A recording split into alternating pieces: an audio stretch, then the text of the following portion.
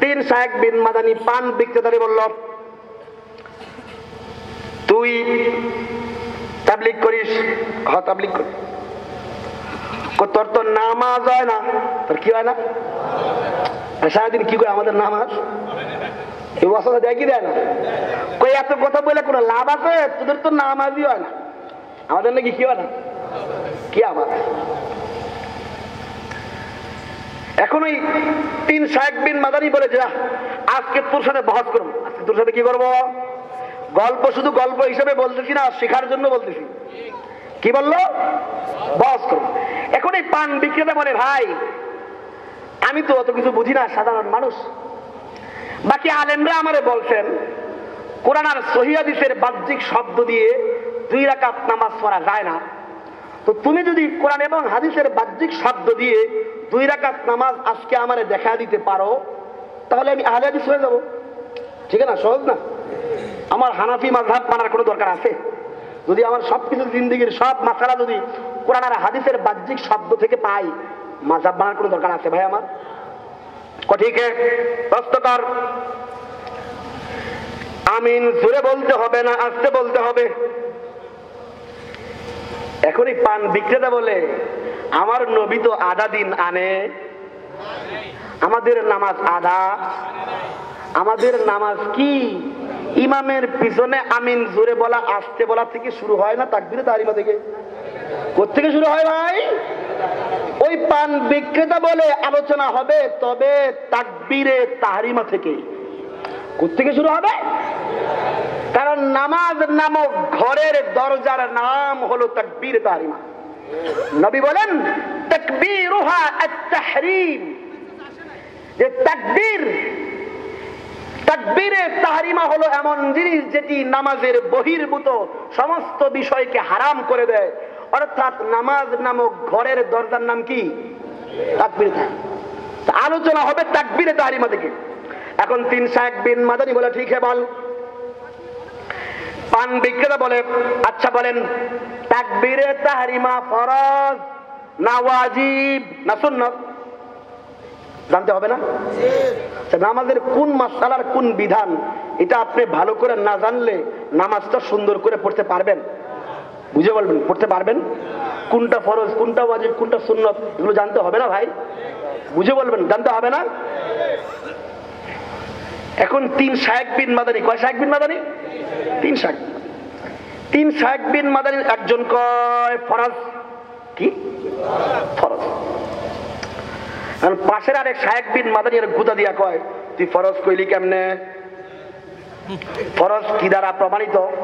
ফরজ কোরআন দ্বারা প্রমাণিত। ফরজ কি দ্বারা প্রমাণিত?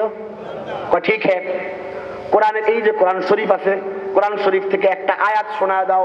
আল্লাহ বলেছেন নামাজের মধ্যে তাকবীরে তাহরিমা ফরজ। এরকম কোন আয়াত আছে? আছে ভাই? এখনো চুপ। কতক্ষণ চুপ করে থেকে হেরে গুতা দিতে, হেরে গুতা দিয়া কয়, তুই যে আমার থামাই দিলি, তুই কহ তাকবীরে তাহরিমার হুকুম কি? একই তাকবীরে তাহরিমার হুকুম হচ্ছে সুন্নাত। হুকুম কি? আমার কথা যদি বিশ্বাস না হয়, আপনারা ওদের কয়েকটা শায়েখের মোবাইল নাম্বার সংগ্রহ করে আপনারা এক একজনকে জিজ্ঞাসা করে দেখবেন নামাজের এক একটা রুকন। দেখবেন একজনে কইব ফরজ, আরেকজনে কইব ওয়াজিব, আরেকজনে কইব সুন্নাত। আর যদি সংজ্ঞা জিজ্ঞাসা করেন তাহলে এর চেয়ে বড় বিনোদন আর কিছু হতে পারে না। এরা এমন কপাল পোড়া, এরা জীবনেও ফরজ ওয়াজিব সুন্নতের সংজ্ঞাও বলতে পারে না, আর কি জন্য এগুলো বলবে সেটাও বলতে পারে। কারণ হচ্ছে ওরা বকওয়াস করে। দলিল কয়টা? দুইটা। কয়টা দলিল বলে? বলে আল্লাহ মানি, নবী মানি, ব্যক্তির মতামত গ্রহণযোগ্য নয়। বলে কি বলে না? বলে কোরআন মানি, হাদিস মানি, ফিকহ মানি। কোরআন এবং হাদিসের কোথাও কি ফরজ ওয়াজিব সুন্নাত শব্দ আছে ভাই? আরে নাই। ঈমানের সাথে বলেন আছে? ফরজ ওয়াজিব সুন্নাত মুস্তাহাব মাকরুহ তাহরিমি মাকরুহ তানজিহি মুস্তাহাব ইস্তিহসান এই সমস্ত কোন পরিভাষা কোরআন এবং হাদিসের মাঝে, কোরআন এবং হাদিসের মাঝে এগুলো ফুকাহায়ে কেরাম, ফিকহার ইমামরা উদ্ভাবন করেছেন। কারা উদ্ভাবন করেছেন? উদ্ভাবন করে বুঝেন তো, বানাইছেন কারা? ফিকহের ইমামরা। কারা?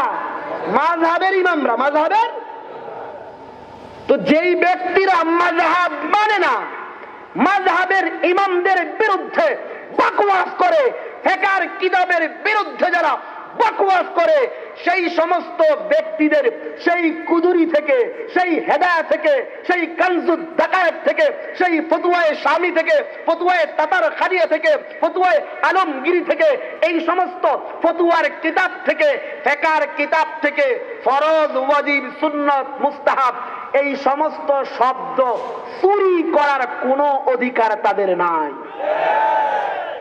বলবা ফিকহ মানি না, মাযহাব মানি না, মাযহাব মানি না বলবা, ফিকহ মানি না বলবা, আবার ফিকহের কিতাব থেকে ফরজ, ওয়াজিব, সুন্নাত শব্দ চুরি করবা, এই অধিকার তাদের আছে? আমরা বলি আমরা মাযহাবও মানি, ফিকহও। যেহেতু ফিকহ মানি, সুতরাং ফিকহের কিতাবের পরিভাষা ব্যবহারের অধিকার আমাদের আছে কি নাই ভাই? আচ্ছা, এখন ও বললো সুন্নত, বললো কি ঠিক আছে, সুন্নত কি দ্বারা প্রমাণিত? সুন্নত হচ্ছে হাদিস দ্বারা প্রমাণিত। কি দ্বারা প্রমাণিত? ঠিক আছে, এই যে সিয়াসিত্তার কিতাব আছে, কিতাব থেকে দেখাও নবী বলেছেন তাকবীরে তাহরিমা সুন্নত, এরকম কোন হাদিস আছে? এখন দুই শাইখ বিন মাদানী চুপ। কয় শাইখ বিন মাদানী চুপ? আরেকজন বাকি আছে না? 3 নম্বর শাইখ বিন মাদানী দুজনকে গুতা দিয়া কয় তোরা দুজন বেদাতি। তোরা দুজন কি? কেন বেদাতি? কেন? কারণ এই জন্য তোরা বেদাতি, আমরা হচ্ছে আহলে হাদিস, আর আহলে হাদিস কা দু উসুল আতিউল্লাহ ওয়া আতিউর রাসূল।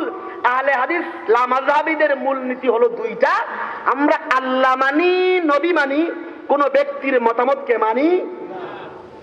আর আল্লাহ এবং নবী কোথাও ফরজ, ওয়াজিব, সুন্নাত, মুস্তাহাব এই সমস্ত ব্যবহার করেন নাই। এগুলো উম্মতিরা বানাইছে, আর উম্মতিদের বানোয়াট পরিভাষা হলো বেদাত। আর সেই বেদাতি পরিভাষা তোরা ব্যবহার করার কারণে তোরা দুজন বেদাতি। দুজন কি? বেদাতি।